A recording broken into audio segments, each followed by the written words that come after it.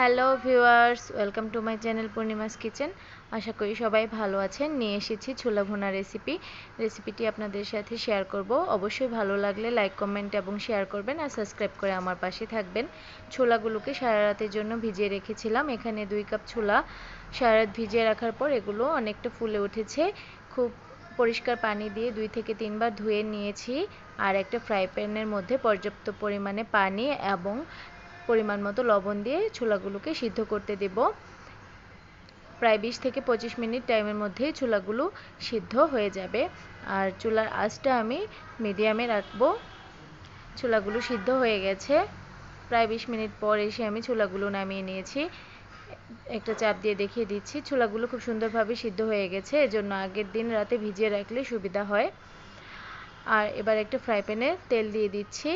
এখানে আমি প্রায় হাফ কাপ তেলের মতো ব্যবহার করেছি। আর অন্যদিকে যে সিদ্ধ করা ছোলাগুলো ছিল সেগুলোকে আমি একটা ছাঁকনিতে ঝাড়া দিয়ে দিয়েছি।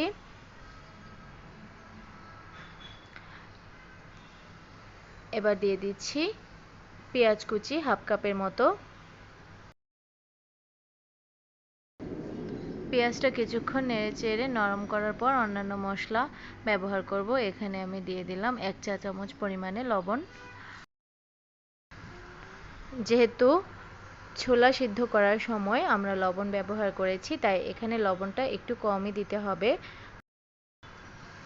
এবারে দিয়ে দিচ্ছি রসুন বাটা 1 টেবিল চামচ, জিরে বাটা দেব হাফ টেবিল চামচ, আদা বাটাও দিয়ে দেব হাফ টেবিল চামচ।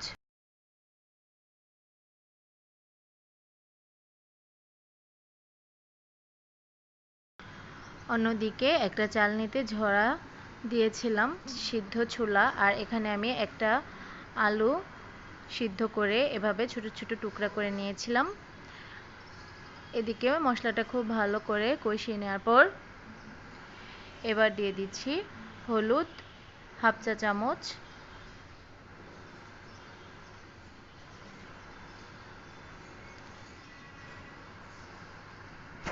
দিয়ে দিচ্ছি মরিচ হাফ চা চামচ। আপনারা প্রয়োজন অনুযায়ী একটু কম বা বেশি দিতে পারেন। যদি কেউ ঝাল বেশি পছন্দ করেন তাহলে মরিচের পরিমাণটা একটু বাড়িয়ে দিতে পারেন। এবার দিয়ে দিব ধনে গুঁড়া হাফ চা চামচ,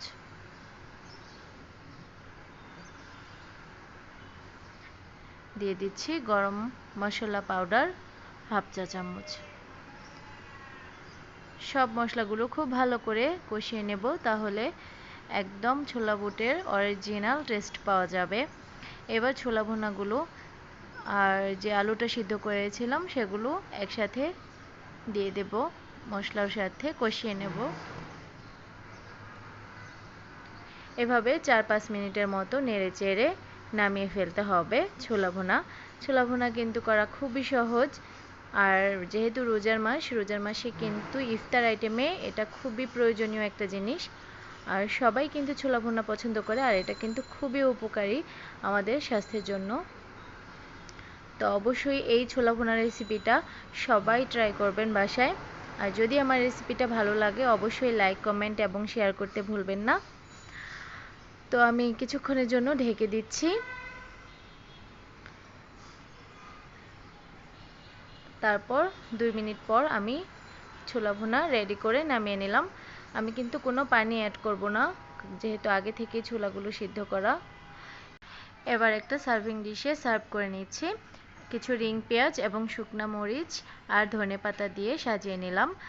তো আমার রেসিপিটি আপনাদের কেমন লাগলো অবশ্যই আমাকে কমেন্ট করে জানাবেন। আজকের মতো এখানেই বিদায়, নিয়ে আসবো অন্য কোনো দিন অন্য কোনো রেসিপি। ধন্যবাদ।